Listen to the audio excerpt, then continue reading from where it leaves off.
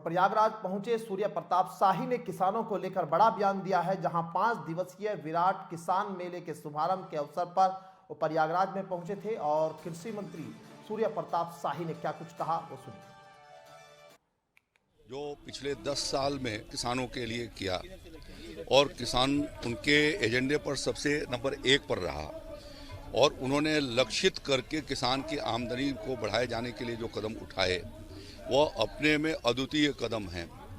और विगत वर्षों के भीतर उन्होंने एक तो सभी किसान के खेतों के भूमि की जांच कराई, उनको उसके सर्टिफिकेट दिलाए और इस बात के लिए जागरूक किया कि किन किन चीज़ों को डाल करके और ऑर्गेनिक कार्बन को ज़मीन के ताकत को बीमारी होने से बचाया जाए और उसको स्वस्थ बनाई जाए। दूसरा, उन्होंने उन्नतशील गुणवत्तापूर्ण बीज बड़े पैमाने पर किसान भाइयों को सुलभ हो इसके लिए 50% पर अनुदान चलाई। इतने बड़े पैमाने पर किसानों को यंत्रीकरण से जोड़ करके और उनको कम श्रम के भीतर और अच्छी खेती कैसे किया जा सके उसके लिए उन्होंने व्यवस्था बनाई। किसानों को 3 जो हमारे देश के भीतर महत्वपूर्ण फसलें हैं, खरीफ, रबी और जायद, उनके लिए उन्होंने हर क्रॉप के भीतर किसान को बिना भेदभाव के 2000 रुपये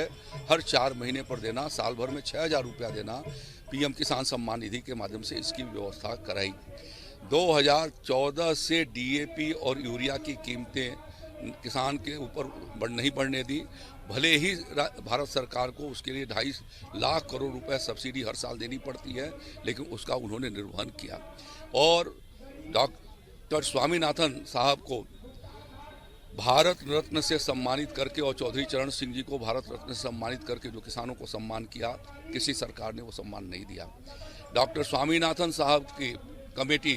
श्रद्धेय अटल बिहारी वाजपेयी जी ने किसानों के हित के लिए गठित किया।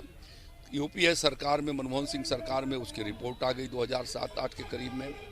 और लगभग